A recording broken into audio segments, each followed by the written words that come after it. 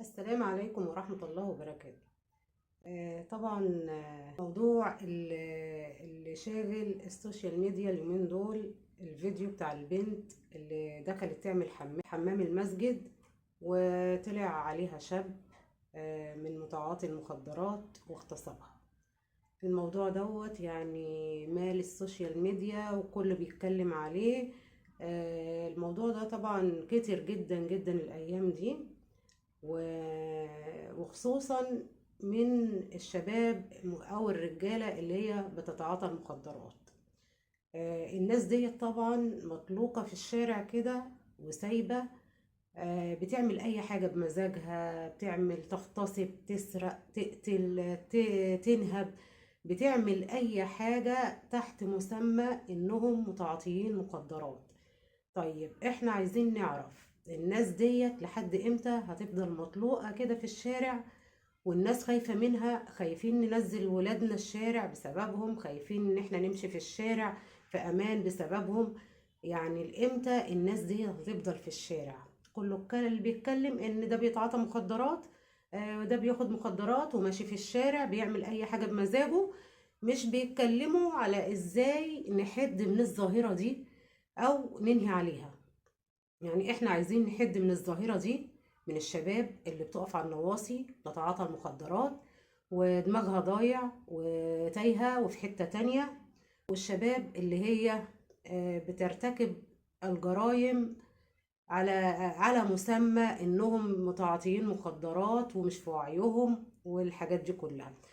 احنا دلوقتي عايزين نحد من الظاهرة دي ونشوف يعني مسؤول او نشوف حد يلم الناس دي من الشوارع، يلم الناس دي من الشوارع، ما يخليهاش مطلوقة كده في الشارع تغتصب وتقتل وتسرق وتنهب وتعمل أفعال يعني مشينة، وأفعال بتضر الناس اللي هي في الشارع.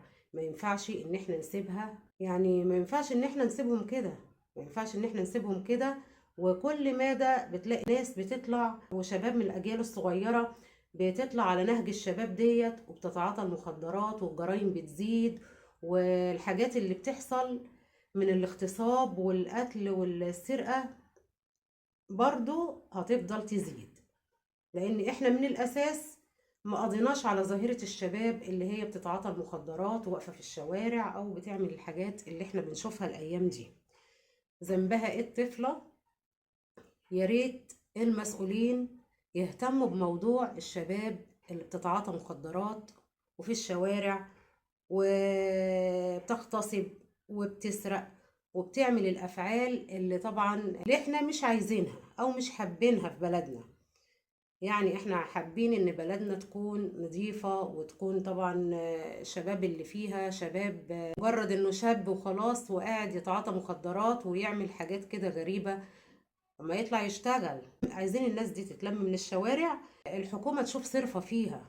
ما ينفعش نسيب كده. هو عيلة صغيرة 8 سنين زي الفيديو بتاعها مال السوشيال ميديا دلوقتي، عيلة طفلة مع والدتها، والدتها ست مكافحة وتقريبا هم ناس على قد حالهم، والست طالعة تشتغل تبيع خضار او تبيع شوية اي حاجة في نهار رمضان عشان تجيب قرشين تاكل منهم هي وولادها، ومعاها طفلة صغيرة. يعني هي في أشد الحاجة إن هي تخرج تشتغل وتجيب فلوس عشان تأكل ولادها. لو مش محتاجة مش تخرج أصلا من بيتها ومعاها طفلة صغيرة تقعد معاها في الشارع. ذنبها إيه الطفلة؟ 8 سنين قاعدة مع والدتها علشان أكل عيشهم، والبنت زي أي بنت زي طفلة عايزة تعمل حمام. أقرب حاجة ليها المسجد اللي جنبهم، في مسجد كده جنبهم في الشارع. فراحت قالت لوالدتها أنا عايزة أعمل حمام، قالت لها ادخلي حمام المسجد. دخلت حمام المسجد، على رجليها طلعت جثة هامدة. ذنبها ايه الطفلة 8 سنين تدخل تعمل حمام في مسجد في مكان عام في بيت ربنا، اللي المفروض المسجد ده الأمان كله. مسجد ان احنا بنخشه دوت، المسجد بالنسبة لينا هو الأمان. في ايه تاني امان غير المسجد الواحد يأمن على اولاده ان هو هيدخل؟ مثلا طفلة هتعمل حمام، هآمن ان اسيب بنتي هتخش تعمل حمام، مسجد امان مفيهوش اي حاجة وحشة، مفيش حاجة هتحصل. طبعا الواحد بقى يخاف من كل حاجة، بقينا نخاف حتى المسجد اللي هو بيت ربنا اللي بنصلي فيه وبنعبد فيه ربنا، وهو مصدر الأمان للمسلمين ولينا، إنه يحصل فيه حاجة زي كده. فده طبعا شيء مستحيل، شيء لا يصدقه عقل، شيء لا يصدقه عقل ولا دين. وطبعا البنت دخلت تعمل حمام، شاب شافها دخل وراها الحمام. الشاب دوت عنده 38 سنة، يعني لو متجوز ومخلف البنت ديت من دور ولاده اللي هو بصلها. يعني دي طفلة ما فيهاش أي حاجة تلفت نظر شاب زي دوت، يعني مش آنسة كبيرة وفيها حاجات ملفتة للنظر إن هو يبصلها أو يعجب بيها أو تحرك مشاعره ناحيتها. طفلة عادية جدا داخلة تعمل حمام، 8 سنين، حصل فيها اللي حصل ده. يعني ازاي يدخل وراها مسجد؟ ومسجد طبعا هي دخلت حمام الحريم، مش هتخش حمام الرجالة. محدش شافه وهو داخل حمام الحريم يشوف دوت رايح فين وجاي منين. اولا الحمام بتاع الحريم مفيش رجالة بتخشه، ازاي ده دخل ومحدش شافه ولا حد اتكلم معاه، ودخل وعمل اللي عمله وطلع من غير ما حد يحس بيه؟ ازاي؟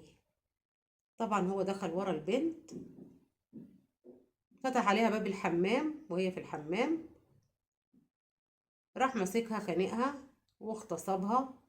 وطبعا البنت قعدت تصرخ، كتر ما هي بتصرخ خنقها، خلص عليها خلص عليها.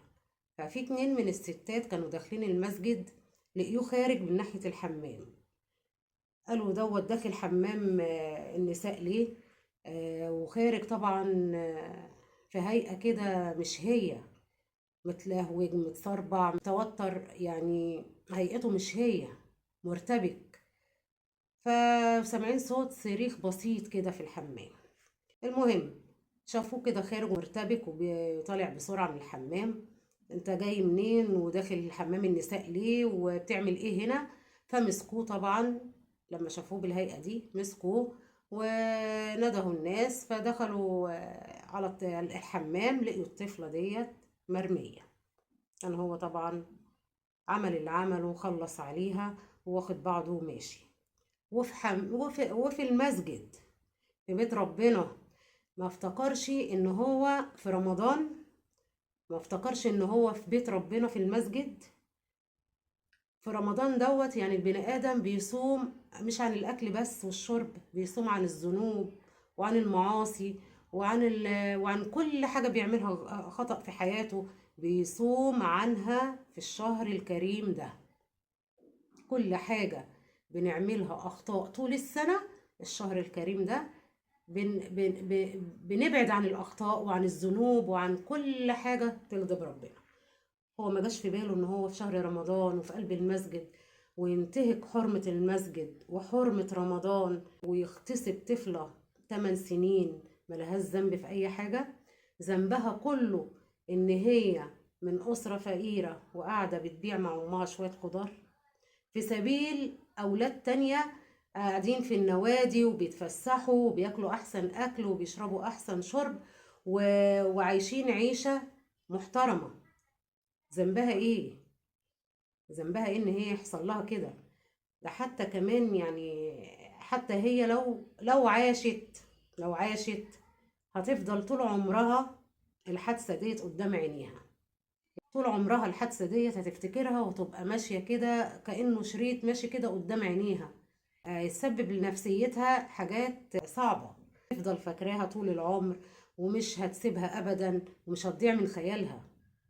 الحادثة دي عمرها ما هتضيع من خيالها، ضيعها وضيع مستقبلها ضيع حياتها. ذنبها ايه الطفلة؟ ذنب أمها ايه إن هي قاعدة بتبيع شوية حاجات تجيب قوت ولادها قرشين تأكل بهم ولادها وتفرح بيهم ولادها؟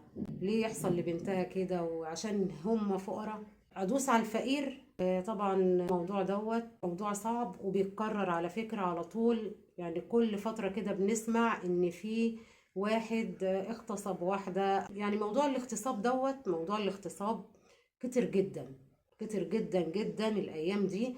وكمان ما بنسمع عن موضوع الاغتصاب دوت يقول لك ده متعاطي مخدرات، ده عنده حالة نفسية، ده مش عارف ايه. طيب متعاطي مخدرات يتعالج، عنده حالة نفسية يتعالج، خشوا مصحة. لا ده ولا ده، يبقى الحكومة تلمهم، تلمهم تحطهم في أي حتة، تحط متعاطي المخدرات دوت اللي ماشي كده يغتصب في الناس في أي حتة، أو اللي عنده حالة نفسية. مش ممكن كل واحدة يعني تتقتل أو تتضرب بأي حاجة، لا ده نفسيته تعبانة، لا ده متعاطي مخدرات. طب ذنبهم ايه الناس دي؟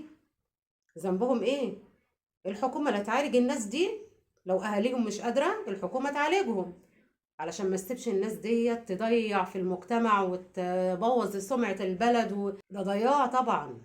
ام قلبها انكسر، وعيلة حياتها انتهت وضاعت بسبب ذئب بشري، مش هنقول عليه راجل ولا هنقول عليه شاب، ذئب بشري انتهك عرضها ودمرها، وفي الاخر موتها. وام هتعيش بحسرتها طول العمر على بنتها، هتعيش طول العمر بذنب بنتها، وهتقول يا ريتني ما سبتها تروح الحمام، وهتقعد تأنب في نفسها طول العمر وتركب نفسها ذنب هي ملهاش يد فيه بسبب شاب متعاطي مخدرات. يعني الواحد هيقول ايه؟ يا ريت الحكومة تعمل وقفة وتعمل حملات وتلم الناس ديت من الشوارع، وتخاف على مستقبل البلد، لان الناس اللي زي دي سمعة للبلد وهتضيع البلد معاها. ما ينفعش نسيب كده كل مادة الشباب عمال يبوظ وعمالين يتطوروا ويشربوا في مخدرات وأنواع غريبة بتتطور وهم بيتطوروا معاها. أنواع غريبة من المخدرات بتتطور وهم بيتطوروا كمان معاها، وكل مدى ما بيطلع نوع أعلى من التاني برضو بيجربوا وبياخدوه بيعملوا جرايم، وكل مرة بيرتكبوا جرايم أكبر من اللي قبلها بسبب المخدرات. فياريت الحكومة تعمل حملة تلم الناس دي، تحس بأهالي الناس، بأهالي الأطفال اللي بتموت، بأهالي الأطفال اللي بتموت. ما هي جرائم الخطف بسبب متعاطيين المخدرات، جرائم الاغتصاب بسبب متعاطيين المخدرات، جرائم السرقة بسبب متعاطيين المخدرات. يعني احنا عايزين نقطع الموضوع من جذوره، مش كل يوم يطلع واحد بيسرق وبيقتل وبيعمل متعاطي مخدرات. احنا عايزين نقطع الموضوع من جذره، ونشوف الشباب ديت ليه قاعدة تاخد في مخدرات وتغتصب وتقتل وتسرق وتنهب وتعمل الحاجات دي كلها. احنا مش كل يوم هنلاقي عيلة ميتة ولا عيل ميت، مش كل يوم نسمع كده، مش كل يوم نسمع ان عيل ميت وعيلة ميتة بسبب الشباب اللي بتتعاطى المخدرات. نتقي الله شوية في الناس دي، وفي الناس اللي هي الغلابة ديت اللي هي بتجري على أكل عيشها وعيالها بتموت. يعني هيلاقوها منين ولا منين؟ هيلاقوها منين ولا منين؟ من الفقر ولا من الاغتصاب، ان أولادهم يغتصبوا ولا ان أولادهم يموتوا؟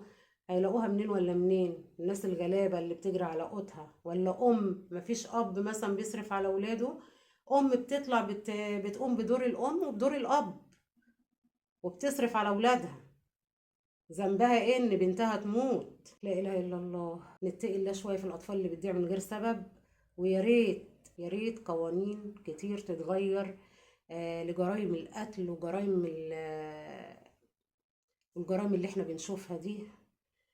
واللي بيرتكب جريمه يا ريت يتحاسب، وما يتحاسبش كده، لازم يتحاسب في ميدان عام، لازم يتحاسب في ميدان عام قدام العالم كله، قدام العالم كله، قدام العالم كله، والتلفزيون يصور والدنيا كلها تشوفه، علشان اللي بيفكر يعمل حاجة أو يعمل جريمة يشوف كده يتعظ، ما يقدرش يعمل جريمة. ربنا يرحمها طفلة دي، عصفورة الجنة، ربنا يرحمها ويصبر أمها ويربط على قلبها يا رب. سنة وحضراتكم طيبين، وأنا آسفة للإطالة.